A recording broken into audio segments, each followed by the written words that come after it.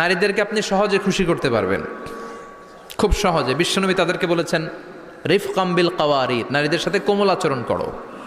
নারীদের সাথে কঠিন হলে ওনারা রেগে যাবে, আর নরম হলে গলে যাবে। সুবহানাল্লাহ পড়ে। এজন্য কোমল আচরণ করবেন, নারীদের সাথে ভালো আচরণ করবেন। বিশ্বনবী বলতেন আমি নারীদের পিতা, আমার কোনো ছেলেকে আল্লাহ দুনিয়াতে বাঁচিয়ে রাখে নাই।